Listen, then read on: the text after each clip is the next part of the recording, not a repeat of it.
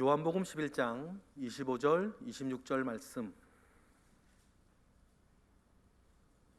우리 다 같이 한 목소리로 합독하겠습니다. 예수께서 이르시되 나는 부활이요 생명이니 나를 믿는 자는 죽어도 살겠고 무릇 살아서 나를 믿는 자는 영원히 죽지 아니하리니 이것을 내가 믿느냐. 아멘. 오늘이 부활주일입니다. 부활절 말씀 중에서 가장 유명한 구절을 꼽으라고 한다면 오늘 우리가 읽은 이 말씀이 아닌가 생각을 합니다. 예수님께서 자신 있게 그리고 확신하시며 우리에게 주셨던 말씀, 우리 다시 한번 읽어보겠습니다.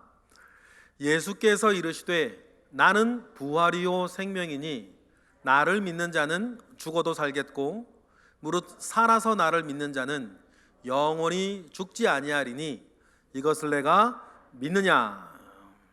아멘. 이것을 내가 믿느냐라고 하는 주님이 마지막에 물으신 이 물음에는 사실 두 가지 정도의 숨어있는 의미가 들어있습니다. 첫 번째는 믿기가 쉽지 않을 것이다. 그리고 두 번째는 그렇지만 반드시 믿어야 한다. 여러분 꼭 기억하셨으면 좋겠습니다. 믿음이라는 것은 애초에 확실하지 않기 때문에 필요한 것입니다. 어떤 면에서는 불확실하기 때문에 우리는 믿음을 고백하는 겁니다. 우리는 죽은 사람이 다시 살아나는 것을 우리는 본 적이 없습니다. 그리고 믿는 사람들의 장례식을 숱하게 치르고 있는 중입니다. 나를 믿는 자는 죽어도 살겠고 살아서 나를 믿는 자는 영원히 죽지 아니할 것이다 라고 하는 말씀을 하신 예수님도 마찬가지였습니다. 그런데 주님은 그렇게 말씀하셨습니다. 이 귀하고 복된 말씀은 믿어야 비로소 이해되고 납득되고 누려지는 신비한 영역 속에 있는 말씀입니다. 부활이라 그랬습니다. 다시 붙자에 살활자를 씁니다. 다시 산다, 생명으로 다시 돌아간다 라고 하는 뜻입니다. 사람이 쉽게 받아들일 수 있는 개념은 아닙니다. 동양 사회에도 이 부활과 동일한 개념이 있는데 동양에서는 부활을 이렇게 말을 했습니다. 불로장생, 불로불사. 부활하고 동일한 동양의 개념입니다. 백과사전을 한번 찾아봤습니다. 불로장생 내지는 불로불사를 백과사전에는 뭐라고 기록해 놨을까? 제가 한번 찾아봤는데 그대로 한번 읽어보겠습니다. 불로장생 또는 불로불사는 노화를 더디게 하거나 아예 하지 않음으로써 오래 사는 것 또는 죽지 않는 것을 의미하는 말이다. 고대부터 현대에 이르기까지 사람들은 이를 실현하기 위하여 여러 가지 방법을 고안하였으나 인간에게서 성공한 과학적으로 증명된 사례는 현재까지 존재하지 않는다 라고 하는 것이 백과사전에 나와 있는 설명입니다. 인간에게는 현재까지 존재하지 않는다 라고 말하고 있습니다. 노력을 안 해본 것은 아닙니다. 천하를 통일한 진시황은 불로초를 찾아 세계 각처의 사람을 보냈는데 그의 죽어서 남긴 무덤은 지금 관광지가 되어 있습니다. 이집트의 피라미드의 미이라가 어떻게 해서 이렇게 다시 살아났다는 이야기를 우리는 들은 적도 없고 본 적도 없습니다. 17세기 독일의 화학자이자 의사였던 안드레아스 라바비바스는 젊은 사람의 동맥에 노인의 동맥에다가 직접 튜브를 연결해서 그러면 젊은 피를 이렇게 수혈 받으니까 건강하고 영적으로도 충만한 사람이 되어 회춘할 수 있다고 생각했던 것 같습니다. 17세기라 그랬습니다. 아직 혈액형의 개념이 없을 때였어요. 그래서 그 실험으로 수많은 사람이 죽습니다. 그래서 교황이 수혈 금지령을 내려야 할 정도였습니다. 최근에도 있습니다. 가장 유명한 연구가 있죠. 2014년 스탠포드 대학에서 했던 연구가 있습니다. 와이스 코레이라고 하는 교수 연구팀이 이른바 유명하죠. 병체결합이라고 하는 실험을 합니다. 젊은지와 노인지를 이렇게 하나로 혈관을 연결을 합니다. 그 결과 늙은 쥐의 뇌가 조금 젊어지는 것을 발견을 합니다. 그래서 난리가 났죠. 그때 이 책이 정말 유명해졌습니다. 수명 200년의 시대가 열린다, 사람들이 그렇게 말하고 떠들고 있었습니다. 그런데 여전히 백과사전의 내용은 변하지 않고 그것이 가능할 것 같지도 않고 설령 만에 하나라도 그 일이 가능해져도 제가 보기엔 그것은 축복보다는 저주가 될 것 같다는 생각이 큽니다. 이 세상에서 소멸하지 않고 계속 자라려고 하는 것은 여러분 암세포밖에 없습니다.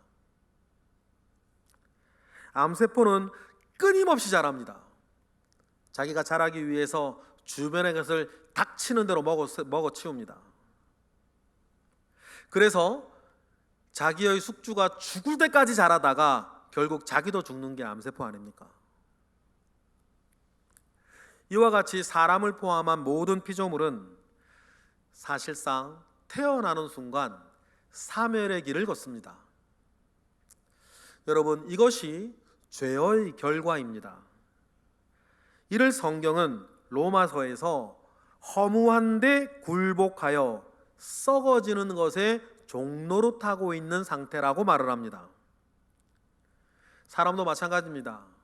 아무리 발버둥 쳐도 여러분 죽습니다. 우리가 장례식을 치르면서 떠나보낸 많은 사람들이 증거고, 좋던 싫던, 인정하던 인정하지 않던 지금 우리의 몸이 늙어가고 있다는 것이 증거입니다. 그러니 죽는다는 것은 누구에게나 예외가 없고 모두에게 지금도 성큼성큼 다가오고 있는 것이 분명합니다. 이를 가리켜 성경은 죄와 사망의 종노릇이다 이렇게 표현을 합니다. 이 분명한 사실 앞에서 여러분 인간에게 희망은 없습니다. 절망뿐 아닙니까?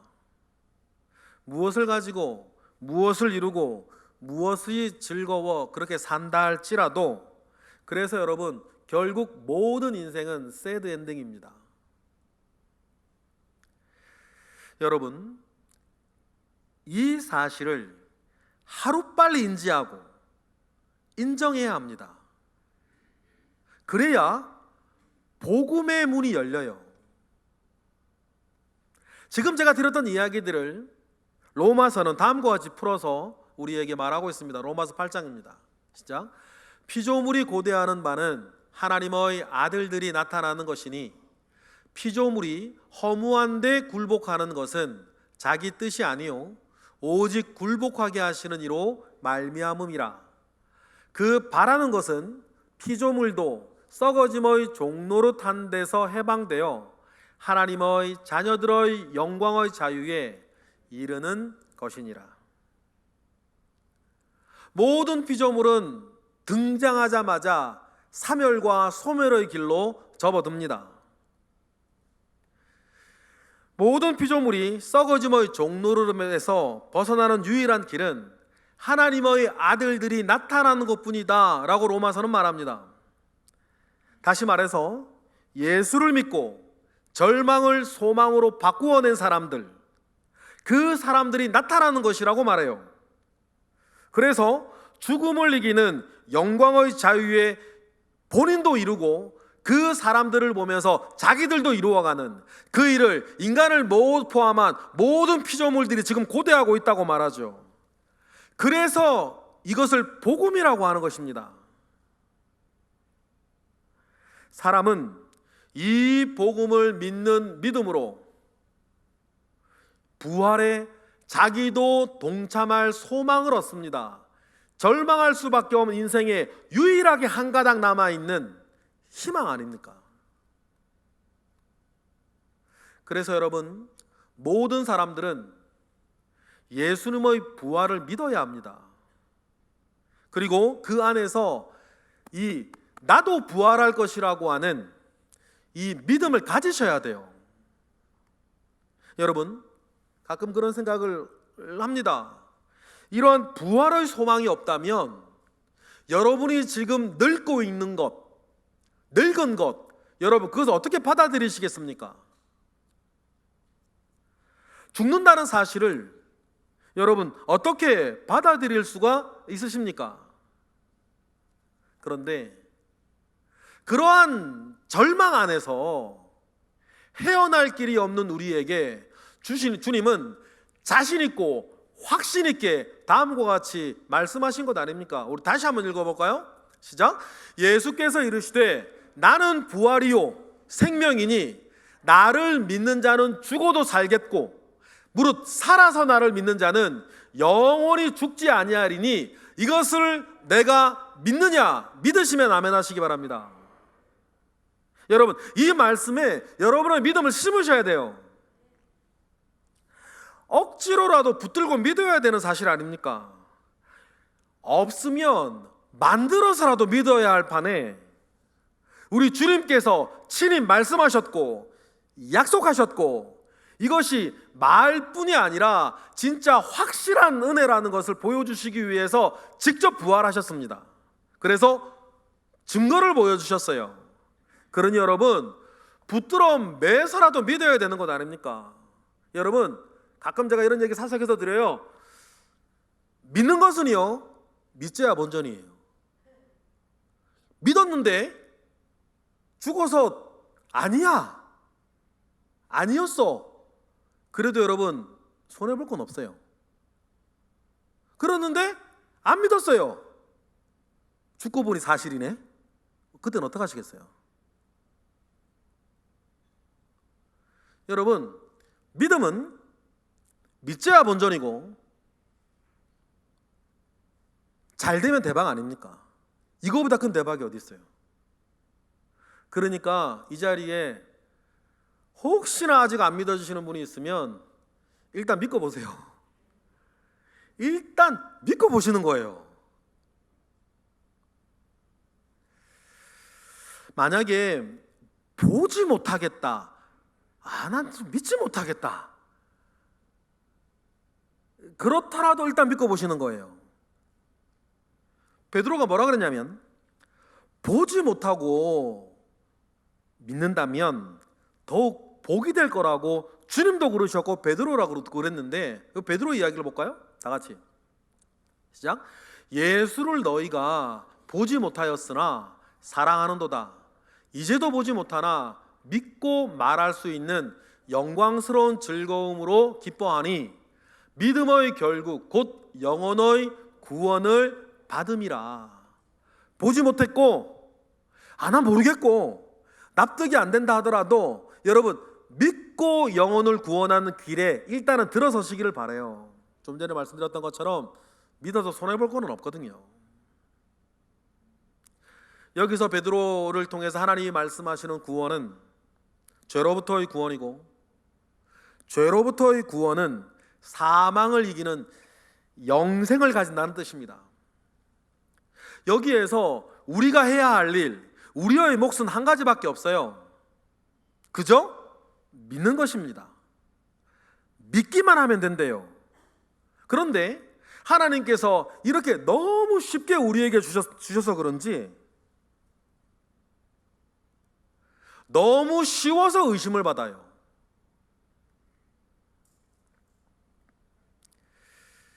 여러분, 우리가 꼭 기억하고 믿어야 할 것은 우리를 사망을 이기고 영생으로 인도하셨던 증거를 오늘 우리에게 주셨던 부활의 주님이에요. 그리고 믿음의 대상과 믿음의 내용을 기억하는 것입니다. 우리가 덮어놓고 믿는 것이 아니라 무엇을 믿는 것인지 그 대상과 내용을 좀 알아야겠죠. 부활 안에서라도. 오늘 그 내용을 조금 찾아보고 싶어요. 먼저 요한복음 17장 3절 다 같이 볼까요? 시작. 영생은 곧 유일하신 참 하나님과 그를 보내신 자 예수 그리스도를 아는 것에서부터 출발한다. 그리고 이분을 알고 믿는 것에서부터 우리가 한 건 아니었는데 그 믿음 안에서 우리에게 일어나는 일이 있습니다. 어떤 일이 일어납니까? 로마서 6장 22절부터 시작. 그러나 이제는 너희가 죄에게서 해방되고 하나님께 종이 되어 거룩함에 이르는 열매를 얻었으니 이 마지막은 영생이라. 죄의 삭은 사망이요 하나님의 은사는 그리스도 예수 우리 주 안에 있는 영생이니라. 할렐루야. 여러분, 믿을 때에 특별한 느낌이 없어도 좋습니다. 믿을 때에 무슨 대단한 깨달음이 없어도 괜찮아요. 왜냐하면 우리의 이 구원은 신비한 느낌이나 대단한 깨달음을 통해서 오는 게 아니에요. 느낌이 그렇게 중요했다면 무덤덤한 사람은 어떻게 구원을 받겠고, 깨달음이 그렇게 중요했다면 머리 나쁜 사람들은 어떻게 구원을 받겠어요? 그러니 그런 것이 없어도 상관없습니다. 일단 믿음을 받아들이는 거죠. 단순히 믿으면 주어집니다. 그래서 값없이 주어지는 선물이라 그래서 은혜라고 부르는 것입니다. 그리고 여러분이 믿는다면 믿는 여러분에겐 이미 영생이 있습니다. 제 얘기가 아니죠. 하나님의 말씀의 약속 아닙니까? 우리 요한일서 5장 13절 다 같이 내가 하나님의 아들의 이름을 믿는 너희에게 이것을 쓰는 것은 너희로 하여금 너희에게 영생이 있음을 알게 하려 함이요. 이미 있으니까 그것을 알게 하기 위해서다라고 말을 합니다. 그리고 오늘 부활을 보세요. 우리는 여전히 부활이 무엇인지 정확하게 알기는 어려워요. 하지만 우리 주변에는 부활 비슷한 것들이 있습니다. 그래서 부활에 대한 우리의 상상력을 돕는 것들이 있어요.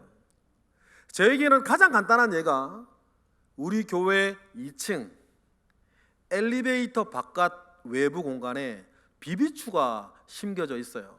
저는 그 이름도 잘 몰라요. 저한테는 풀은 두 종류예요. 먹는 풀, 못 먹는 풀. 그래서 비비추를 심어놨단 말이에요. 봄이 되고 여름이 되면요 무성하게 말이죠 이 손바닥만한 이파리들이 막 이렇게 나오잖아요. 그런데 누렇게 갑자기 뜨더만 삐쩍 말라가지고 죽어요. 그리고 겨울이 되면요 흔적도 없이 사라집니다. 황폐해져요. 제가 처음에 그걸 보고 아이고 저놈들 다 죽었나 보다. 어떡하나 다 죽었네. 그러고 지나갔는데 봄이 되니까 죽순같이 소만한 것들이 쏙 솟아나요. 그리고는요 하루가 다르게 자라나는 거예요. 그 황폐한 땅에서 하루가 다르게 자라나더니 예년과 같이 또 이만한 이파리를 내는 거죠. 아, 부활이 저런 것이로구나. 부활이 저런 것이로구나 생각을 합니다. 마음이 살아나는 부활도 있습니다. 제가 신학교 2학년 때 좋은 목사가 되는 길은 좋은 신학생이 되는 것이다 라고 하는 글귀에 큰 도전을 받고 모든 생계를 위한 아르바이트를 끊어내고 좋은 신학생이 되기 위해서 정말 목숨을 걸고 노력했던 때가 있었습니다. 당연하게 모든 생계를 위한 아르바이트를 끊었으니 경제적으로 매우 어려웠죠. 다른 것보다 제일 곤란했던 게 어디를 가야 되는 교통비와 그때는 삐삐였는데 삐삐 요금을 내는 거, 그리고 먹는 문제였어요. 그때의 그 난감한 마음을 제가 지금도 생생하게 기억을 합니다. 그래서 제가 누구라도 지금 요즘도 돕기 도우려고 이렇게 봉투에 10만 원이라도 넣어서 그분에게 드릴 때에는 제가 꼭 하는 말이 있어요. 이거 교통비야. 그리고 통신비로 써야 돼. 연락은 받고 어디든 갈 수 있어야 기회를 잡을 수 있잖아. 제가 그랬거든요. 그때 저 지하철 1구간이 450원이었는데 450원만 있으면 제가 다니는 교회까지 가면 밥은 한 끼 얻어먹는 말이에요. 그런데요, 그 450원이 없어가지고 그 교회를 못 가고 있는 거예요. 그리고는 쫄쫄 굶으면서 방에 있어야 되는데 제가 그때의 기억을 지금도 생생히 기억해요. 6개월가량 그렇게 살았죠. 한 학기가 다 지나고 처음으로 제 성적을 확인해야 되는 순간을 제가 지금도 잊지 못해요.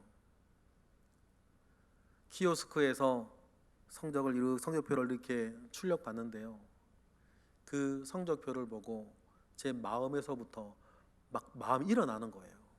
막 살아나는 거죠. 이제 됐고 학교를 계속 다닐 수 있겠다.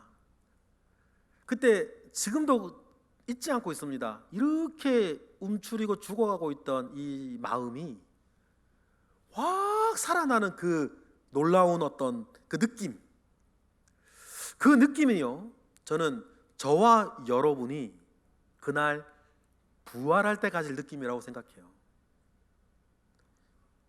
마음뿐 아니라 우리의 마음과 생각과 육신이 이렇게 살아나는 그 느낌 말이에요. 간단하게 눈에 보이는 비비추고, 또 간단하게는 그런 마음을 일으키는 그 좋은 소식 하나가 여러분 저에게만 있겠습니까? 여러분에게도 있죠. 여러분 그것을 기억하세요. 부활할 때 우리의 경험이 그런 경험일 건데 그런 거 100배쯤은 되겠다. 오늘 네가 읽은 본문의 배경은 나사로가 죽었다는 소식을 듣고 예수님께서 베다니에 있는 나사로의 집에 도착한 것을 배경으로 하고 있습니다. 그때 여러분 예수님 일부러 늦게 가셨어요. 나사로가 위급하다는 소식을 전해 듣고 누가복음에 보면 바로 출발하지 않으시고 일부러 늦게 가셨습니다. 왜 늦게 가셨을까? 분명하죠. 나사로가 죽기를 기다리신 거예요. 그리고 죽은 뒤에 도착하십니다. 어쨌든 예수님이 도착하셨을 때 마르다가 예수님을 보고 슬퍼하며 말합니다. 예수님이 여기 계셨으면 죽지 않았을 것입니다. 이에 예수님 말하죠. 내 오라비가 다시 살아날 것이다. 그 예수님의 대답을 듣고 마르다가 이렇게 또 말을 해요. 예, 주님, 마지막 부활의 날에는 우리 오라버니가 살아날 줄 믿습니다. 그렇게 말을 합니다. 이 말에는 몇 가지 의미가 있는데 믿으나 안 믿으나 지금의 슬픔은 변함이 없다는 뜻이고 또 늦게 오신 주님이 섭섭하다는 뜻도 있어요. 그래서 제일 중요한 것이 있습니다. 부활의 기적이 지금 자기들의 것이라고는 믿지 못하는 거예요. 먼 개념이지.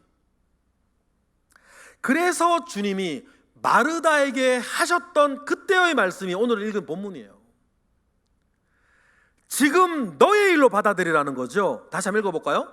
시작. 예수께서 이르시되 나는 부활이요 생명이니 나를 믿는 자는 죽어도 살겠고 무릇 살아서 나를 믿는 자는 영원히 죽지 아니하리니 이것을 내가 믿느냐? 남일이 아니라 먼 일이 아니라 지금 너에게 당장 일어난 일로 너는 믿느냐? 그 믿음을 요구하시는 거예요. 부활을 실감하지 못하고 자기 아는 먼 일, 어려운 분한 개념으로 가지고 있는 사람에게 주님이 주시는 도전 아닙니까?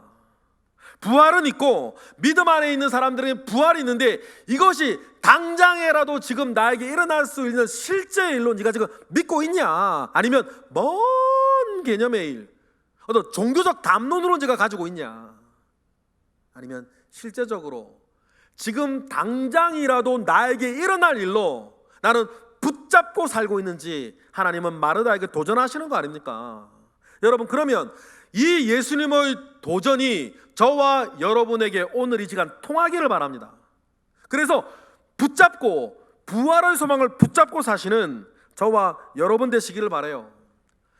나는 부활한 예수님을 믿는다라고 하는 그 사실에서 이 시간 한 발 더 나아가시기를 바라요. 왜냐하면 나는 부활을 믿는다라고 하는 것은 선을 긋는 말이거든요. 나는 믿고 당신은 안 믿고. 이 정도의 말로는요, 아직 주님의 부활을 믿지 못하고 사는 사람들에게 돌이킴의 능력은 되지 않아요. 그러니 우리는 부활한 주님을 믿는 것에서 한 발 더 나아가서 부활한 주님과 함께 살고 있다까지 말할 수 있어야 돼요. 그래야 우리의 믿음이 나에게는 세상의 악을 이기는 능력이 되고 다른 사람에게는 그 부활의 믿음 가운데 초대되어지는 길이 되기 때문이에요. 예를 들어 이런 겁니다. 부활한 주님을 만나면, 믿는 것에서 만나는 것까지 나아가면, 함께하는 것까지 나아가면 세상의 어떤 악과 부조리도 이길 수 있는 힘을 받는다라는 것은 무슨 말일까요? 보통 예수님 시대 때의 부활의 가장 증거라고 하면 보통 빈무덤 이야기를 많이 합니다. 맞습니다. 그런데 부활에 대한 가장 큰 증거는 사실 빈무덤이 아니에요. 비어있는 무덤이 증거가 아니고 가장 큰 증거는 제자들의 변화예요. 제자들의 갑작스러운 변화. 무서워서 숨어 지내던 제자들이 갑자기 부활의 증인이 되어서 여기저기 부활을 증거하고 다니기 시작합니다. 여러분, 그들에게 무슨 일이 있었을까요? 바꾸어 부활을 떠들고 말하고 다닐 때 그들에게 생기는 것이 있다든지 부귀영화가 주어진다든지 다른 사람에게 인정이라도 받는 상황이었다고 한다면 오케이, 그거 탐나서 했겠지. 그런데 당시는요, 부활을 얘기하면 조롱과 핍박과 사망이었어요. 생기는 게 아무것도 없단 말이에요. 그것이 무서워서 제자들은 골방에 숨어 있었거든요. 누가 올까나 문 걸어 잠그고. 그런데 어느 날 갑자기 그랬던 사람들이 무엇을 보고 어떤 은혜를 받았기에 갑자기 부활의 증인에 되어 나타났을까? 여러분, 죽음도 두려워하지 아니하는 그 용기가 갑자기 그들에게 왜 생겼습니까? 가능성은 한 가지밖에 없는 거죠. 부활한 주님을 만난 거예요. 그들이 죽는 것을 보았고 그들이 장례까지 치렀던 사람이 떡하니 그들 가운데 다시 나타난 거예요. 여러분, 그때부터 희망 없는 절망을 우리들에게 유일한 길은 이거밖에 없다고 생각을 하고 죽음도 두려워하지 아니하는 부활의 증인으로 그 12명의 제자들이 다시 일어선 거 아닙니까? 부활의 주님을 믿고 더 나아가 부활의 주님을 느끼고 부활의 주님을 만나 그와 함께하면 여러분, 저와 여러분에게도 이러한 결정적인 변화가 있을 줄 믿습니다.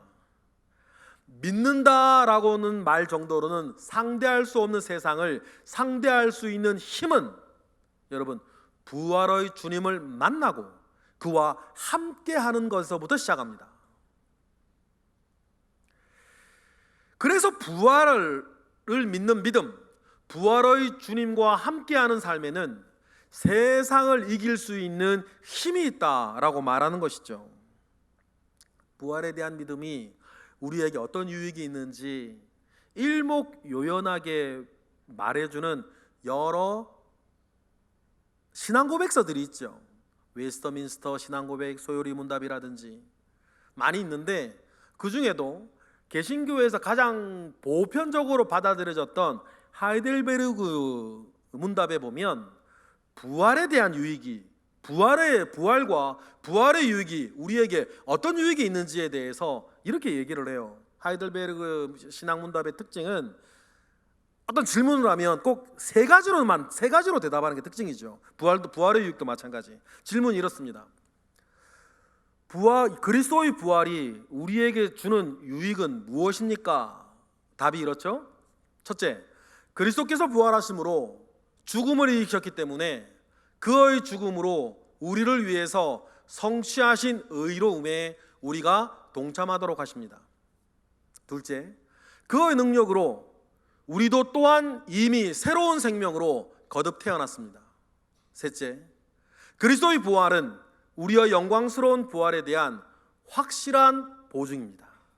그러니 여러분, 이 부활의 신앙이 우리에게 줄 수 있는 세 가지 유익을 여러분 받아 누리시기를 원해요. 여러분, 부활 안에서 우리는 늙는 것도 서럽지 않고 죽는 것도 두려워하지 않습니다. 여러분, 막연한 것이 아닙니다. 부활의 첫 열매인 주님이 계시고 부활한 주님을 만나서 변화되었던 그의 제자들이 있습니다. 그리고 무엇보다 지금도 부활한 주님을 만나서 변화되고 있는 사람들이 우리 주변에 많이 있습니다. 여러분, 이 믿음 안에서 영생에 대한 확신으로 세상의 모든 슬픔과 서러움을 우리는 이기고 사는 것입니다. 여러분, 이것이 예수 믿는 맛 아닙니까? 이제 우리는 죽을 자로 살지 않고 살 자로 삽니다. 여러분, 그러니 우리 믿는 자들에게 인생은 새드 엔딩이 아니라 해피 엔딩이에요. 하나님은 이 부활의 영광을 하늘에 간직하시고 우리에게는 걱정하지 말라고 하셨습니다. 오늘과 같은 부활절 아침, 오늘 예배를 통해서 우리가 가진 믿음이 주는 축복을 다시 일깨우시고 받아 누리시기를 부탁을 드립니다. 그리고 자기 것으로 받아 누려서 하늘에 간직되어 있는 우리의 유산을 기뻐하시고 가져가시는 시간 되시기를 바랍니다. 우리에게 지금 부활이 일어나진 않았습니다. 그러나 하늘에 간직되어 있대요. 이것은 부도나지 않는 어음과 같습니다. 확실한 믿음의 결과가 우리에게 있으니 그 안에서 기뻐하시기를 바랍니다. 다음에 말씀 읽고 무엇인지 깨달으시고 가져가시기를 바라요. 베드로전서 1장 3절 4절 다 같이 시작. 우리 주 예수 그리스도의 아버지 하나님을 찬송하리로다. 그의 많으신 긍휼대로 예수 그리스도를 죽은 자 가운데서 부활하게 하심으로 말미암아 우리를 거듭나게 하사 산 소망이 있게 하시며 썩지 않고 더럽지 않고 쇠하지 아니하는 유업을 잊게 하시나니 곧 너희를 위하여 하늘에 간직하신 것이라. 기도하겠습니다. 할렐루야. 하나님 감사합니다. 주님으로부터의 은혜가 우리 가운데 있습니다. 이 은혜 위에 서서 이 세상을 두려워하지 아니하고 믿음의 도 안에서 이기되 넉넉히 이기며 하늘의 소망 안에서 즐거워하며 우리의 길 걸어가는 모든 예배자 되게 하옵소서. 예수 그리스도의 이름으로 기도드렸나이다. 아멘.